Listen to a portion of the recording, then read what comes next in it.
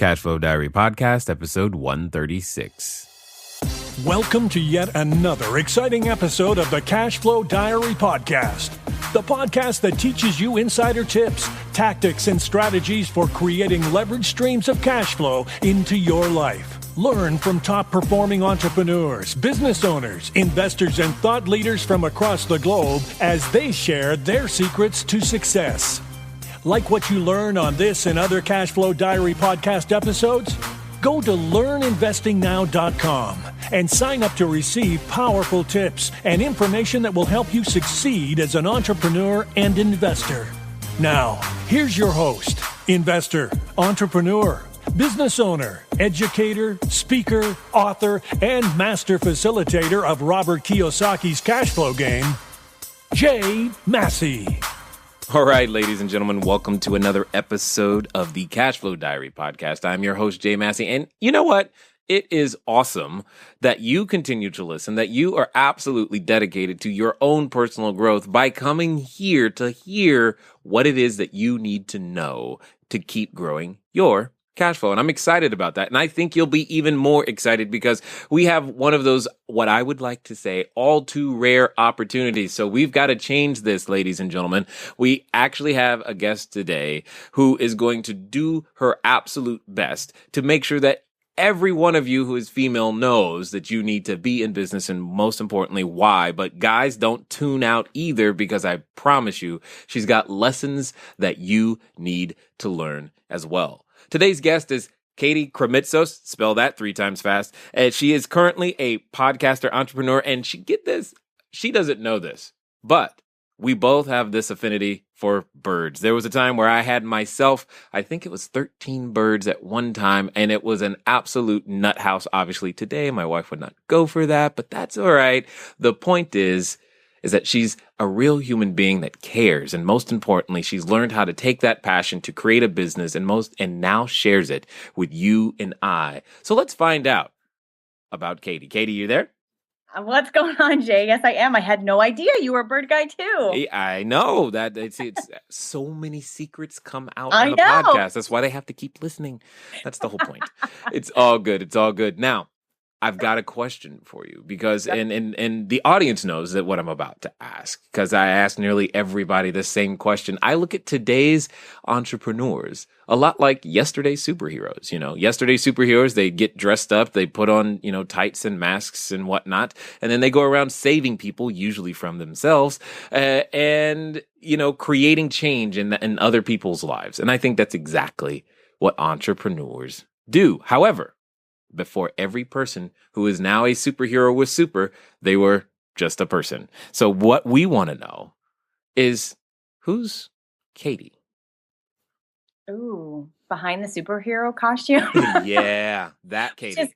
My gosh. I am a kind of a ball of sunshine that can be a little complicated internally sometimes, but at the end of the day, I'm just a lover. I love life. I love being carefree. I love just hugging people. I love business. I love ingesting information that helps me grow. I'm one of those people who's never satisfied and always, I'm very comfortable with being uncomfortable, which I think is a phenomenal trait for anyone, especially for business owners. So I want to, one of my favorite sayings is, suck the marrow of life. And I'm one of those people that wants to get the most out of my life at every given moment that I possibly can. So that's me. I can hear it in your voice. I mean, I don't know did you guys hear the way she said she loves business and ingesting information? I'm just like, ooh, there's something there, right there. Exactly. So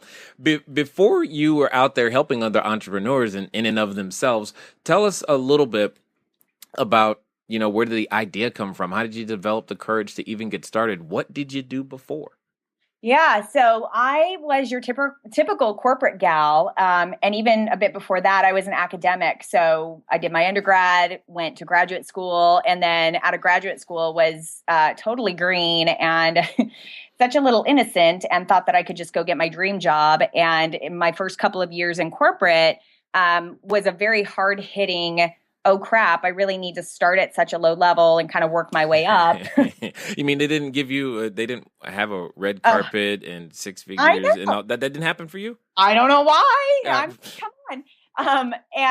No, but and it was okay. Like at some point I think I've always been like an over optimist, which serves me very well in some regards, but also at some times, especially in my early years, hit me hard when life wasn't so beautiful and amazing and perfect all the time. So that was one of those moments. And so my first couple of years kind of working in a job, I was just kind of working my way up, and I've always been somebody who really strives for a lot. I was like a high achieving athlete growing up and high achieving in academics. And so when I got into the job force, I wanted to be very high achieving, but I will say this, I was never satisfied. Like there was just always something that was missing. I don't know if it was like lack of a challenge enough for me, or I just never felt like this rooted passion between me and whatever job or profession I had. And then somewhere along the way, when I was 22, I heard the word entrepreneur. I had never heard that word before.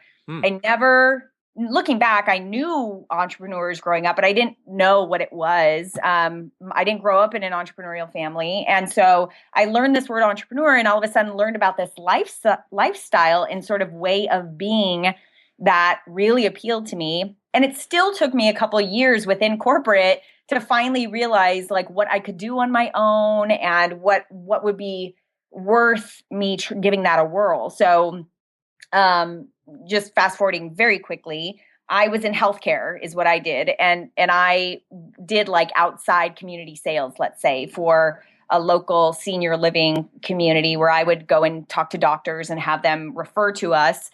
And it was great. And I was very good at relationship building, very good at, I loved being out in the community, but I just wasn't passionate about it. And so I've always been a passionate writer.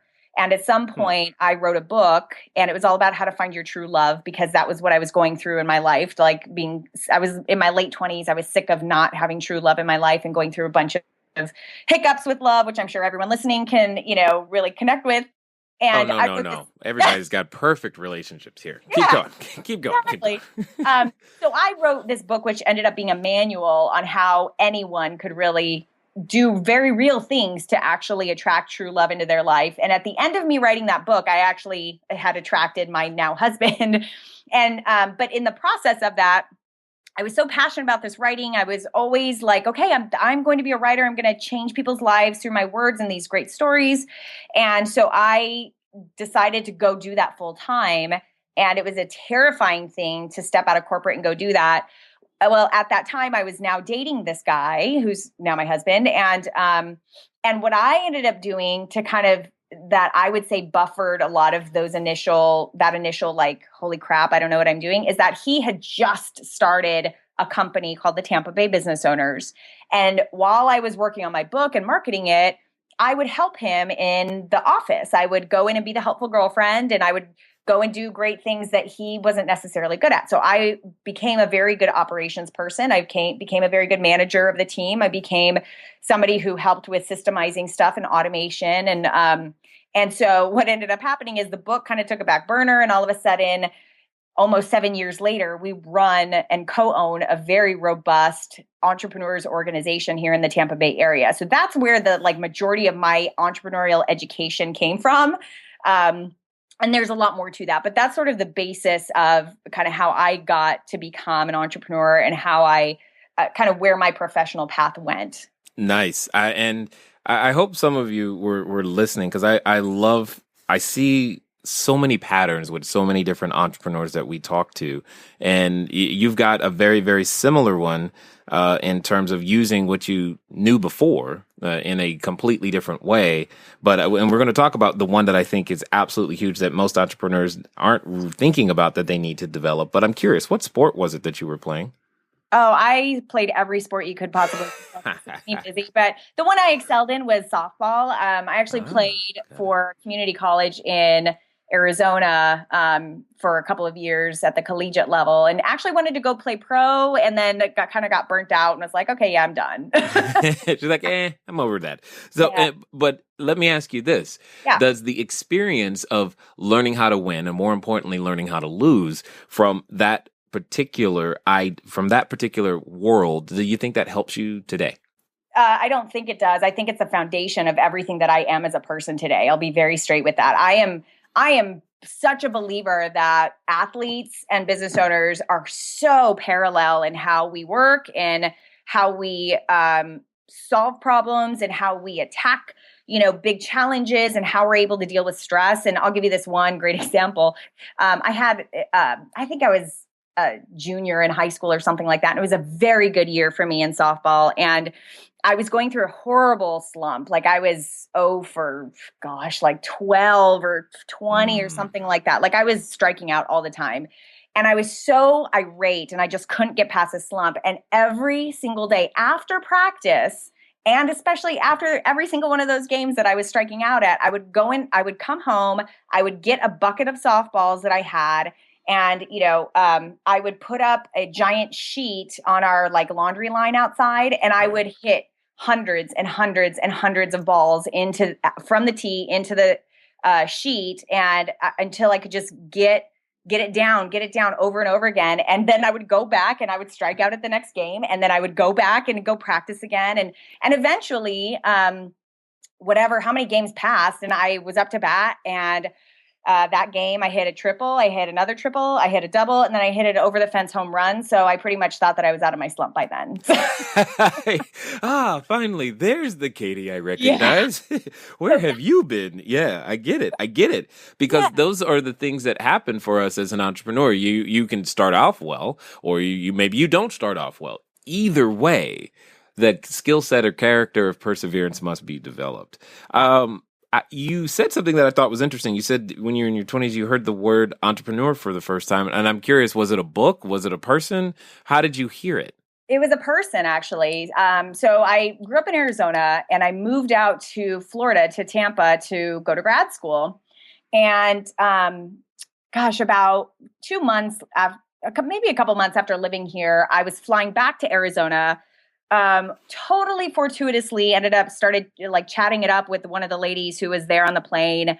Turns out she lives in Tampa too. She was going to Arizona for something, and we totally hit it off. We talked the entire time, and she offered me a job by the time we were not on the plane. Went to work for her for the next 2 years. She has since one of my best friends, and she was an entrepreneur, and she's a writer, and she put on writing workshops all around the country. So I went to go work for her as an event planner, basically. And so it wasn't even that I heard the word entrepreneur, but I got to see what her life was like as someone who owned their own company and did their own thing, and what that actually meant. And the fact that I experienced what it was like of this woman conjuring up an idea from a passion and putting it and manifesting it into reality and making a living off of it and creating money because of the value she was putting out there in the marketplace. It was the first time I'd ever seen anything like that. And from then on, I was hooked. Yeah, I know, right? It's crazy to think. So now I've got to ask you what I think is a pivotal question for most entrepreneurs, because here's something that I think we strongly believe here, and I'm just curious. I strongly believe that because of what you just said, because of our own experience and history, everything else, that no person, and I mean no person within the sound of our voices, has a money problem. What we have is an idea problem. And with correct ideas, we can go from concept to cash in record time to where we end up creating value in the marketplace, like you said. So I'm curious, agree or disagree? I'm going to disagree with you only on one space. Okay. I do agree that no one has a money problem, but I believe that it's not an idea problem, because look, you have plenty of entrepreneurs with thousands of ideas manifesting from their heads every single day. Yeah. I think it's an attitude problem. I think if you don't have the right attitude to put those ideas into practice and to take action on those, nice. and to really work them out and have the attitude to know what to do when that idea doesn't work and know how to pivot. I mean, I truly think it's your attitude and who you are and how you show up to those ideas and how you put those ideas into action, that's what you always have to tweak. All the ideas, those things my husband's an idea factory. I mean, he comes up with 8,000 ideas a day, but ideas don't mean anything unless there's action behind them. And unless you have the right attitude with that action, because even ideas that will generate money aren't great ideas unless there's a passion to generate value. So, and that's an attitude. Now, I just want to go on record to say that Katie and I are not related, but you can hear the theme between entrepreneurs. It's like we're connected at this these points in such a visceral way, because this is the life we live. We let our genius come out in various different forms. Obviously, you guys know we do the real estate thing, but I'm curious, because here's the next piece, because those ideas, they hit all of us, and my team wishes I would have less ideas. They really, really do. They're like, oh God, because I'm sure, because we tend to have weekly meetings, and I'm sure like every Thursday, just before the meeting, they probably stop, say a small prayer. Please don't let them have any new ideas. Please don't let them have any new ideas. Yep. But I can't help it. It's part of, it's just part. And in fact, before we started today, I was actually taking notes because I got some more new ideas. I'm like, hey, we need to do this. But sorry, team. Yeah, I know. It's like, I'm sorry, but here, let's do this. So with all of that being said, because there was a phraseology that you were using, and I don't think people picked up on it, but they need to hear this. I want to know, before you met that lady, had you ever planned an event? Oh, yeah. Oh, I've been planning events ever since I was 16 years old, maybe 15. Yeah. Okay. All right. And before you were working with your husband, had you ever worked in operations? Not officially. No, no, definitely not. Got it. And as far as managing teams, was that a skill set you came to the table with, or did you have to develop that on the job, so to speak? I mean, if I look back now, I was definitely, I was an athlete. I was, team leader for a lot of these things. So I was, and in planning all the different events that I had ever planned, I was definitely managing people, but I never would have put that language on it. So until I was working with my husband, then I saw there was formal thing called leadership. There was a formal thing called management. There was a formal thing called that. So yeah, there was just a lot of like formal language actually that I have brought to the table that was now appropriate for what I was doing professionally. And I had 2 points in asking you those questions. The first is, there's a lot of our history that we discount and go, well, I don't know how to do X, Y, and Z. But no, what you used to do before applies today. And I think this happens a lot to, moms. Moms say they don't know how to sell. I'm like, if your kid has ever been to bed on time, you know how to sell, period. And those are the types of things that I think about. And here's the question I've actually, when I realized that I was going to be talking to you today, I was like, oh, I can't wait to ask her this, because I strongly believe that women in business have a completely unique advantage that men, no matter how much they study, no matter how hard they try, we can't work out enough to develop a gift that I believe you guys have naturally. I strongly believe every female I know runs and builds better teams inherently, because I think you guys got this like sixth sense about who people are when you first meet them. You don't always have the words to articulate. Often it comes out as, he just gives me the willies. I'm like, I don't know what willies are, but I have learned to listen to them, because no matter how hard I try, I don't get the willies. Now, I just don't. But I'm guessing you've used this super secret sixth sense to go out there and build teams in an incredible fashion. Yeah, I think that women have a whole history of having it be okay for us to talk to one another about feelings and emotions. And by nature of that, we're very good at picking up on emotions and on like depth internally. So if you want to call that intuition about who somebody is, that okay. So as far as building teams, the answer is yes. Like I can have a quick conversation with somebody and know, or even my team who's been with me a long time, and we've definitely moved, like I've moved people around in positions and, have changed things up. And a constant, like keeping my thumb on the pulse of who people are and what they want, what's important to them, and what they're good at, what they're not, and what they're saying versus what's actually true. Yeah. Yeah, I definitely know men who have that as well, but I think just the nature of a culture of being a woman, I think opens us up to being very, very aware of that stuff. I think you just come with a natural advantage that, I can try to develop it, but it's never the same. It's just, I don't understand it. I'm just like, dang it. Okay. But, I just learned to listen. A lot of my internal staff, a lot of the individuals who I rely upon for advice, especially when we're building new relationships with partners and whatnot, they're female and on purpose because I know they got the radar and I don't. I'm like, help me, please. So, with all of that being said, tell us a little bit more about, I want to know more about what inspired you, because many people, they start off, we start off wherever we start off, but there comes that point in the superhero's life where he or she goes, you know what?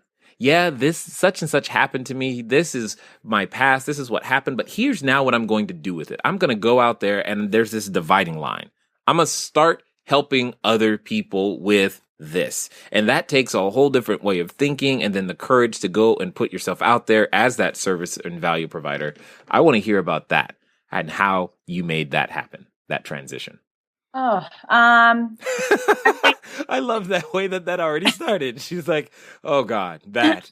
Yes. I mean, there's so many points of that, to be honest with you. If I think I understand what you're asking me, which is like, how did I make that shift to digging deep and actually doing this stuff? So, so I'm going to say that there's two distinct moments. One was that when I quit my job and, thought it was a side project to go help my husband with his business. And at some point I freaked out going, crap, I only have X amount of dollars in my savings account. And this book thing, I don't know what the heck I'm doing. And so I'm just going to go spend a lot more time helping him out in his business. And because he's got money coming in already. And if I work fast enough, I can get it to a point where the business can pay me and I can be okay. So I'm going to say very, very forthright that it was a very fear-based, kind of motor that had me going in the very beginning, because I needed to make money, because that's every jobber's biggest fear, is that how do I leave my job that has a paycheck and get into something as fast as possible that's going to pay me? Right. And so that was a huge motivator for me for, I got to be honest, like a few years. And I was very frustrated and angry because I couldn't, no matter how hard I worked, we weren't getting to that place in the business fast enough for me. And the business survived, but it definitely took us a couple of years to get our feet under us, as far as, being able to stabilize our personal life, to get, our personal income. The business basically was able to feed itself for the first couple of years. And we, ended up taking a lot of our personal money and putting it into the business, and had your typical experience of like, crap, I can't pay my mortgage in 2 months.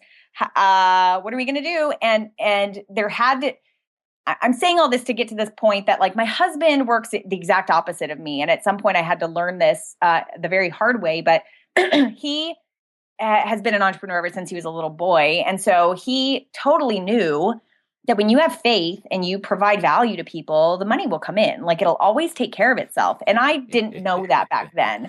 And so we would just, looking back now, I could sit here and say like, it's a miracle our business is as robust as it is, but he always had that faith. And so part of it was that I was almost forced to have to go by that guideline because we needed to make money. So I had to give value in order for us to make money.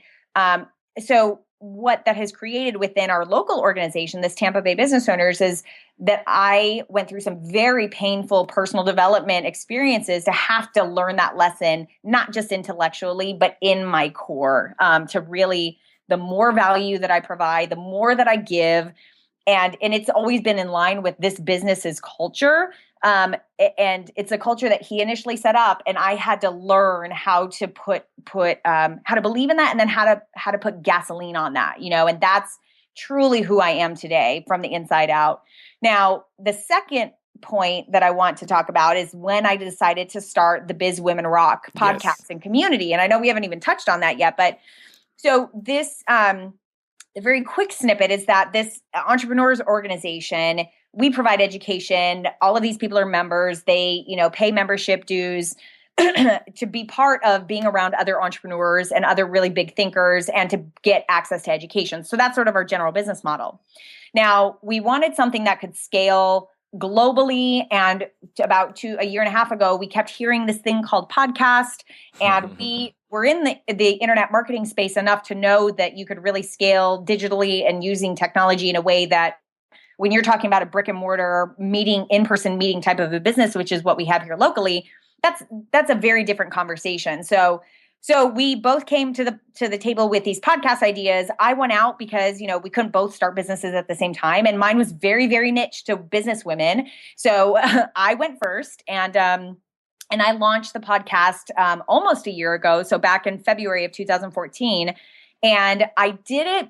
And this is the second moment of how do I truly make that shift into giving value so that cash flow can come in and so that a business can be made and that energy can flow and happen, that I knew that I didn't want a podcast just to build downloads or build listeners. I wanted it to build a community, which I had now had 6 years of experience doing on the local in-person level. I wanted that in an internet and global space using podcasting as the method to get great messages out there. So what happened with that is I just learned and felt all over again, the more great stuff I give and making sure that that's in line with what people are wanting to listen to, the bigger it would become. So Biz Women Rock as a podcast, even though the business started as a podcast, has actually transformed into the Biz Women Rock community. And the podcast just happens to be one of the ways that it delivers information, which is awesome. So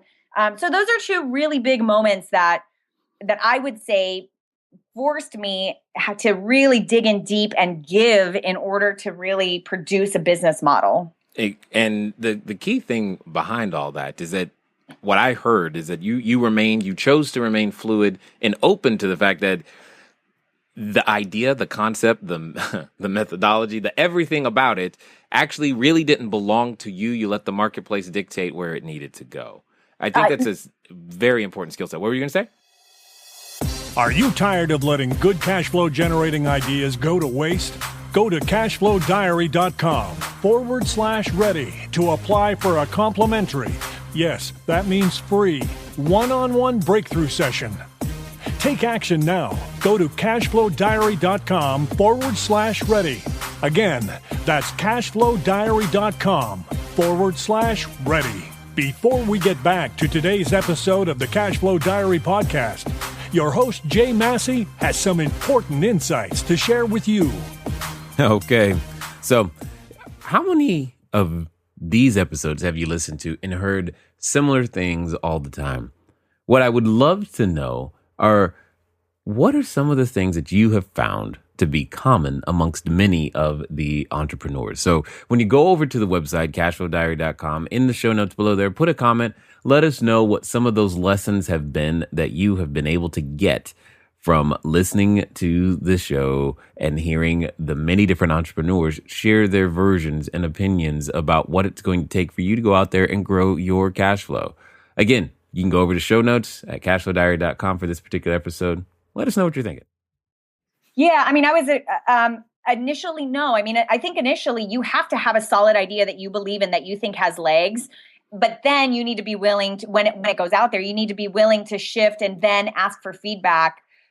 You do have to be directed in the sense of like, okay, this is what it is. I'm going to go with this. It's going to be this way. Give it some time to get some legs. But if it doesn't, and even if it does, you just always have to be open to feedback so that you can move and make sure it's in line with what this audience or clientele that you've now built is really looking for. So constantly zoning in on what is the need and how am I over delivering on that need. Indeed, because learning to give value in advance is definitely a key skill set, which flies in the face of what we might internally or naturally even think in terms of, well, if I give them value today, how do I make money tomorrow? I know that there are many different levels of figuring that out. Now, you tend to work with a number of different entrepreneurs, yes? Mm-hmm. Oh, every kind of entrepreneur you can imagine. Yes, the problem is that we can tend to imagine a lot of them. So, Yeah. with that being said, what would you say if I had to pin you down and say these are the top 3 things that every entrepreneur has absolutely done backwards? They are. Oh my gosh. Number 1 is going for the money first. And even though people might intellectually say, oh, no, I'm not going to go directly for the money. That tends to be a natural reaction because of what I explained earlier, because you feel like I got to make a living at this. And what you just pointed out is that, no, you actually have to go for delivering value first. And when you deliver value, then you have the right to get paid for it, and that tends to be a backwards thinking, I think, but that's the natural flow of business, I believe. The second one is doing it all on your own. That's something that most business people get wrong, myself included. I have had to learn the hard way to be a delegator. I'm kind of a control freak and somebody who tends to be very good at a lot of different things. So of course I can do it better than, anyone else. And it takes me less time so I don't have to train anyone. So these past 2 years have been a huge lesson for me to actually delegate and train and then let go. And so I think that's one thing that a lot of business owners get wrong. And then, so for a third one, I guess a third one would be, I think a third one would be self-inflicting negativity. No matter how much positivity you have, because you have to be positive in business. There's no other option. There's no other option. I mean, if you're a negative person, you're not going to make it in business. But I think even every optimist has negative moments and can have some sort of a negative internal drive. And it's sometimes a really good thing, meaning like, oh, this isn't good enough. I got to make it better. Right. But on a larger scale, that internal kind of beating yourself up, and this is unfortunately very, very prevalent amongst women, actually holds us back and gives us our own boundaries, because I think to sum up what the third one is that you can be a hell of a lot bigger than what you possibly think you can be. And you could do a lot more than what you actually think you can do. So a lot of that is driven from this internal, like, oh, I don't think I could really do that. Or I don't think I'm really good enough to do that. And that internal negative speak or negative self-speak, let's call it, actually hinders business owners a lot. And it's not always visible. Like you don't always see it. So I think that there's absolutely no limits that any one of us has. And I think we self-impose a lot of limits on ourselves. On this concept, and I want to dig more on this concept of the self-limiting thoughts, but when you were thinking or talking, one of the things that hit my head, look, another idea, but one of the things that hit my head was, I don't know if many of you know, but we actually did an interview with Sharon Lecter, because she and I shared the stage a little bit ago with Think and Grow Rich for Women. It's definitely what you just said, Katie, echoes a lot of her thoughts and feelings that she put in one of her most recent books. So if you haven't picked that up, probably definitely something you want to pick up. And guys, men, and I'm telling you, there's so much that we can learn from these types of things, because I know we do them too. I beat myself up a ton. But one of the things that we must learn to do is to get through those moments. It's okay to have those moments, but the key word is that they're supposed to be moments, not patterns, not lifestyles. Yeah. So we want to change those types of things. So when you say these self-limiting beliefs, when we are the ones holding us back, I strongly concur with you a lot, because we won't, if we don't dare ourselves to think big, we won't. I can just use my own story when I sat down to create or think about what we wanted to do, I thought it was going to take at least a decade to reach 100 units. That's what I said. I was like, okay, 100 units, that's probably going to take like 10 years. But because no one told me I couldn't do it in two, we ended up doing it in two. It's like, whoa. Yeah. Wow, is that possible? I guess so. And then that began to open up what else could be done? Whole type of thing. And it wasn't because I was trying to remove self-limiting beliefs. I was just I was like, man, that's a big goal. It's going to take me 10 years. I better get started now. And I was working so hard that it ended up going way faster than we ever anticipated. Which leads me to my question. As you guys have grown, the Tampa Bay, the group, as well as Women Rock, how many times have you actually surprised yourself with, oh, wow, we did that faster than I thought? Yeah, a lot. And I will say, I'll say this to kind of preface this story, but my husband and I, we attracted each other into our lives because we're both dreamers. And so when you talk about removing self-limiting beliefs and really thinking big, it exponentially helps if you're around other people who are dreamers. And I had never really been around dreamers, and I was a dreamer. So at some point I thought there was something wrong with me, that I couldn't do what I thought I really wanted to do in my heart because people around me didn't think that way. And all of a sudden I met my husband, and he was on an entirely different plane, and I could finally have those conversations, and somebody wouldn't look at me thinking I was stupid. So I just want to say, for anyone listening, if you're having those big dream ideas, they're not stupid. Just find other people who have those ideas too, and who will make you dream bigger. So That's huge. So the question was, what was the question again? I know that. How many times have you surprised? I mean, because I find that many entrepreneurs, if we just give ourselves the opportunity to see how great that greatness inside of us come out, we end up surprising ourselves. I didn't know I could do that. This podcast is an exact example. For those of you who have ever listened to the beginning episodes, I apologize. I just, I didn't know. I'm like, no one's going to listen. Who am I really talking to? How does this work? All of those things. And now we've got listeners in so many different countries downloading this thing. And I'm just like, oh, wow. I guess people do like what we're talking about. Yeah. I didn't know that.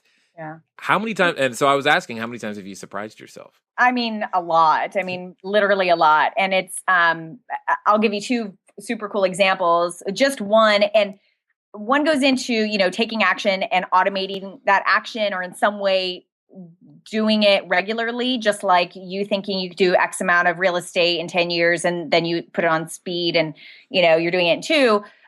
For our local Tampa Bay business owners, about, I want to say 3 years ago, maybe 2.5, 3 years ago, when we really were struggling with cash flow, I made the decision to automatically take out, I think it was $500 a month at that time, which was a lot of money for us not to have in an operating account back then. And I was like, you know what? I'm just going to automate this $500 a month and start putting it away in a savings for this business. And I, 6 months later, I would then put that up to $1,000 a month. And, then I think eventually $1,500, then $2,500. And so, 2.5 years later, I'm looking at a very good kind of a safety net that my business has, all because I just made a decision in what seemed like a very tough time to make that decision, and put it on autopilot. And all of a sudden I surprised myself going, holy crap, this is how much value we're providing, is that even without that initial $500 a month, we were able to still take care of ourselves. And now at a very different level without that income in an operating account on a regular basis, but it's now over here, and it's able to allow us to make some big time strategic moves as a business that we would not have made if I would not have made that simple decision. So that's one tactical example. The other one is for Biz Women Rock. I had no radio experience. I've spoken before. I'm definitely comfortable speaking in front of people, but I mean, you'll relate to this as a podcaster, but my very first show that I ever recorded, I did the interview. The interview was spot on. I was so proud of it. And the day before I was supposed to go live with my very first show, I was doing my intro, and, it's just, I'm by myself, I'm doing the intro, and it literally, Jay, it took me 6 hours to record what turned out to be a minute of an intro. No joke. And I was crying, I was bawling because I wanted it perfect. So, I mean, from there, kind of stamping this little, I have no clue what I'm doing. No one's going to listen. Even though I have this vision, there's so many other big people out there doing this. I don't know about this. And now 10 months later, we just crested over 90,000 downloads. And that to me, for a women-based in the iTunes market, I think that there's about a 30% of a female listenership. So that's a huge accomplishment. I'm like, holy crap. And not only that, but like I said before, it's built up this entire community of businesswomen. And what that means logistically is that, we have somewhere in the neighborhood of about 30,000 women online who identify with this Biz Women Rock brand and are engaging with this brand. And that's just mind blowing to me. I mean, it's just like, holy crap. I have almost 2,400 women in a private Facebook group who live around this brand, breathe around this brand, are helping me come up with t-shirts for this brand. I mean, that's a very big thing that is so different from this woman who is crying and took 6 hours to do a 1-minute intro, Yeah. Oh, I can relate completely. We're going to not give them details about how many months it took to actually, because see what happened for her. I got the stuff recorded and it sounds, well, not like today's sound.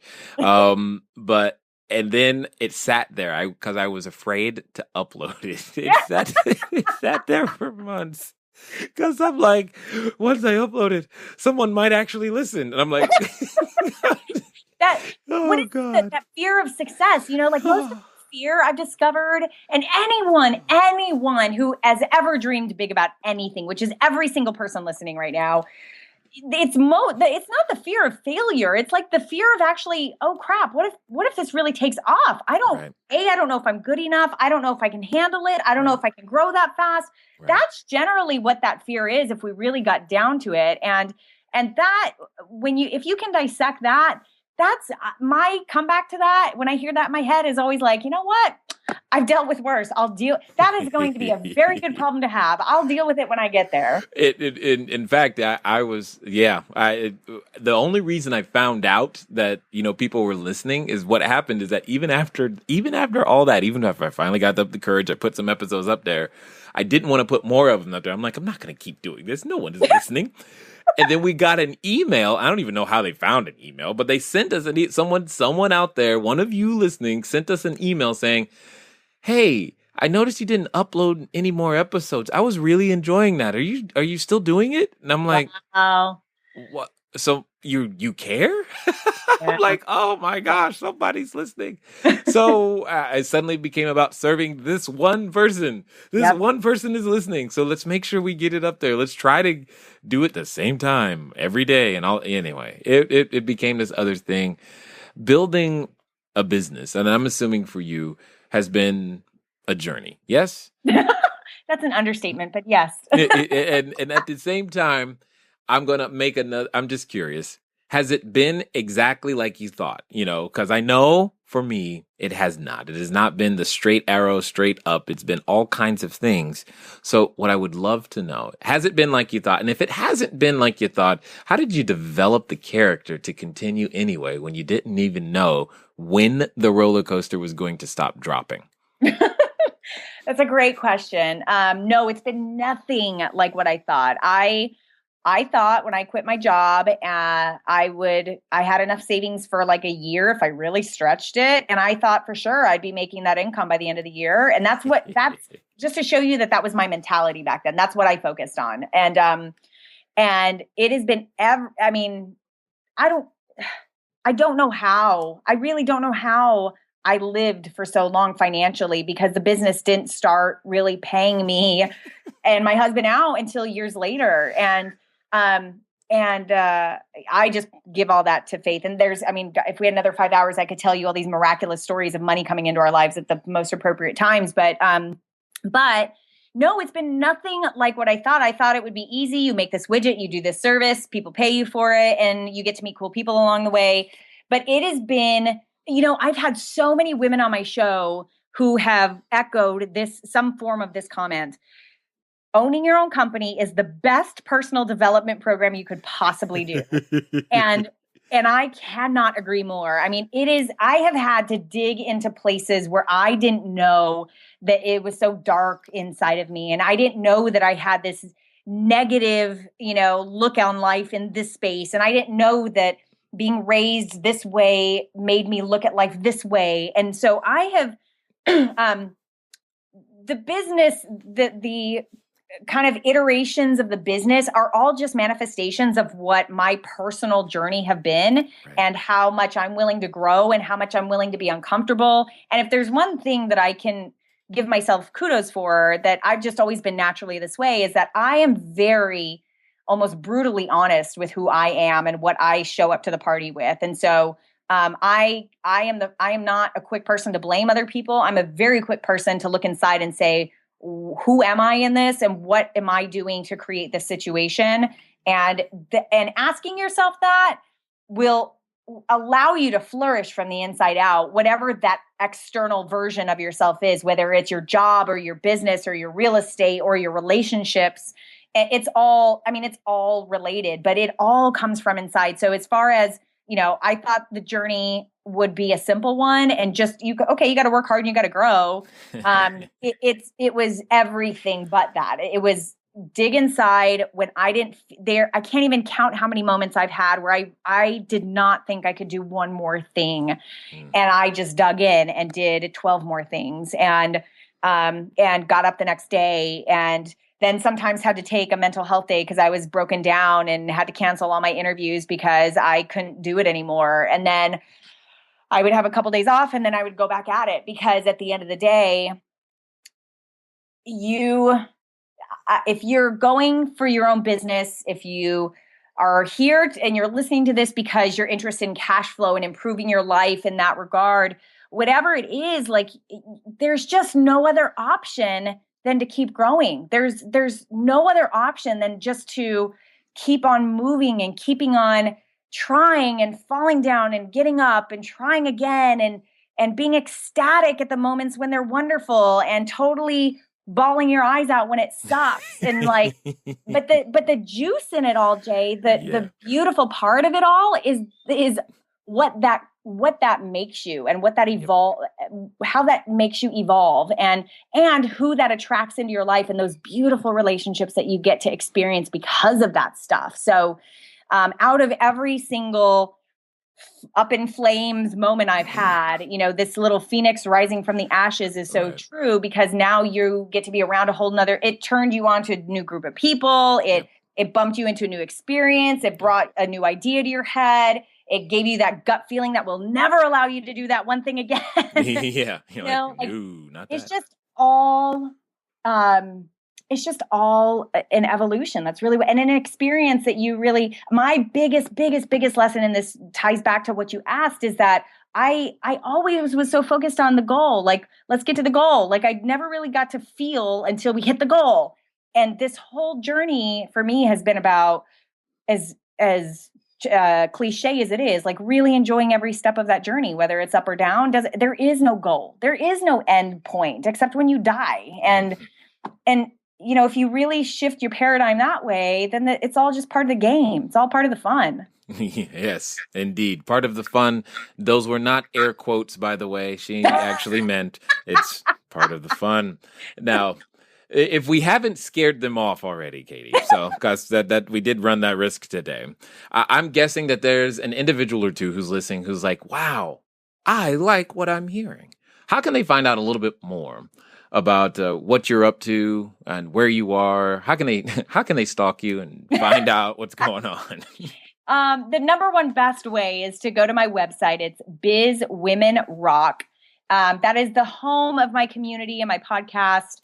But you can also reach me on Facebook, which I'm super active on Facebook. So just go look up Katie Krimitsos or even Biz Women Rock, and just connect with me that way.